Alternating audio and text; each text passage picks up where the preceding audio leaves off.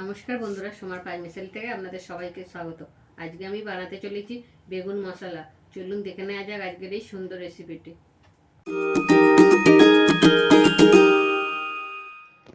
কড়াটা বন্ধুরা গরম হয়ে গেছে, আমি এবার সাদা তেল দিয়ে দিচ্ছি। একটু বেশি করেই দেবো।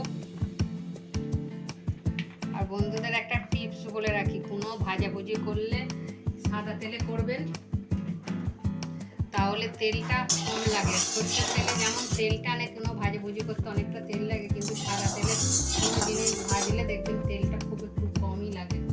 আর বন্ধুরা, আমি বেগুনটাকে লম্বা লম্বা করে কেটে নিয়েছি। এতে বেসন, চালের গুঁড়ি, নুন, হলুদ আর লঙ্কা গুঁড়ো মিশিয়ে রেখেছিলাম। একটু আমার বন্ধুরা ভুল হয়ে গেছে, আপনারা যখন করবেন বেগুনটা আগে ধুয়ে নেবেন, কারণ আমি আগে কেটে তারপরে ধুয়েছি বলে একটু জল জল বেরিয়ে গেছে। এটা জল বেরোলে ভালো ভাজা হয় না। আর এই চালের গুঁড়ি ফুড়ি দিয়ে ভাজলে এগুলো একটু মুচমুচে হওয়ার জন্য আমি এরকম করে ভেজে নিলাম। ভাজবো একটা একটা করে ভেজে নিলাম।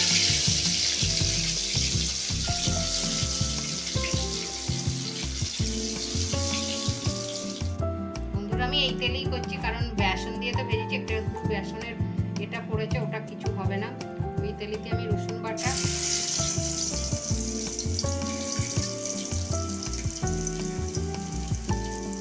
পেঁয়াজ বাটা,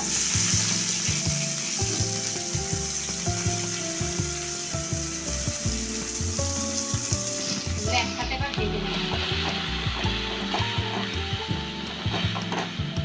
আর বন্ধুরা, এগুলো বেটেই দেবেন, বেটে দিলে একটু টেস্টটা বেশি হবে, কারণ আমি তো বেগুনটা এই কারিটা করবো, যে সেইটাতে আমি বেগুনগুলো আমি লাল লাল করে ভেজে রেখেছি, সেই জন্য আমি এর ভিতরে দেবো না। সেই কারণে আমি পেঁয়াজটা বেটে দিলে টেস্টটা বেশি হয়, মশলাটা ভালোভাবে ঢুকবে।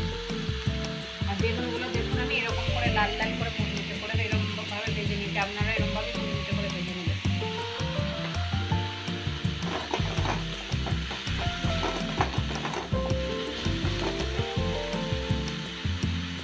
এরপর আমি টমেটো বাটাটা দিয়ে দিলাম।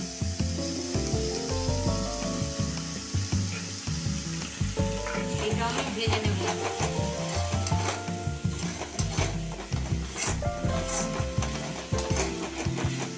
এরপর আমি একে একে আদা বাটা,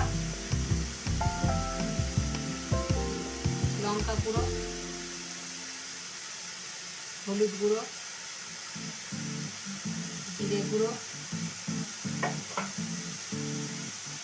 কালার হওয়ার জন্য কাশ্মীরি লঙ্কা গুঁড়ো,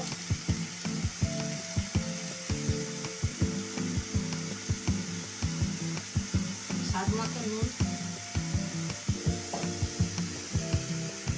আর বন্ধুরা, আমি চিনিটা একটু বেশি করেই দিচ্ছি, কারণ এটাতে আমি রুটি কিংবা পরোটা রুটিতে এগুলো ভালো লাগে বেশি ভাতের থেকে। সেই জন্য আমি চিনিটা একটু বেশি দিলাম, মিষ্টি মিষ্টি হবে, ঝাল ঝাল মিষ্টি মিষ্টি। মশলাটা এবার আমি ভালোভাবে কষে নেব। এরপর আমি ফেটানো টক দই দিয়ে দিলাম,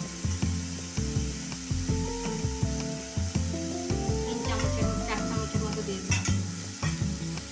দিয়ে মশলাটা একটু ভালোভাবে কষে নেব যতক্ষণ না তেল ছাড়ে।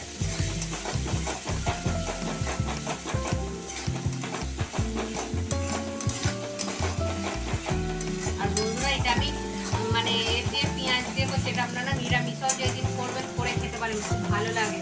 তার বদলে পেঁয়াজ রসুনটা না দিয়ে এতে মগজদানা, কাজু বাটা, এইসব পোস্ত, এইসব বেটে এরকমভাবে করে দেবেন। আমি গরম মশলা গুঁড়ো দিয়ে দিলাম একটু। যেহেতু আমি মশলাটাতে বেগুনগুলো দেবো না বলে মশলাটা সামান্য জল দিয়ে একটুখানি হালকা অল্প জল দিয়ে একটুখানি সেদ্ধ করে নিচ্ছি।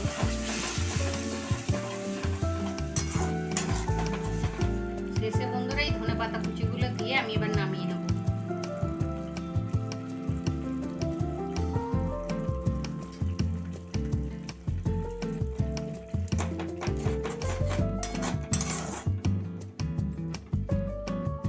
বন্ধুরা দেখুন, মশলাটা সুন্দরভাবে কষা হয়ে গেছে, সুন্দর হয়ে গেছে। এবার দেখুন বেগুনের উপরে উপরে আমি এবার ছড়িয়ে দেবো এরকম করে।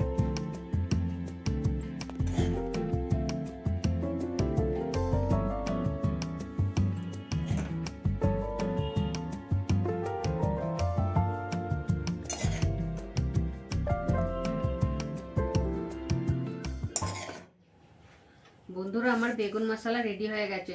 লুচি কিংবা পরোটার সঙ্গে এই জিনিসটা একদম জমে যায়। এই বেগুন মশলা ভাত দিয়ে খেতেও পারেন, কিন্তু তবে এটা পরোটার সঙ্গেই বেশি ভালো লাগে। আর ভিডিওটা ভালো লাগলে লাইক শেয়ার করে দেবেন, আর ভিডিওটা কেমন হলো কমেন্টে অবশ্যই লিখে জানাবেন। আর যারা ফেসবুক থেকে দেখছেন তারা পেজটিকে ফলো করে দেবেন, আর যারা ইউটিউব থেকে দেখছেন তারা চ্যানেলটাকে সাবস্ক্রাইব করে দেবেন। আজকের ভিডিওটা এই পর্যন্ত। সবাই সুস্থ থাকবেন, ভালো থাকবেন। আবার পরের ভিডিওতে দেখা হচ্ছে।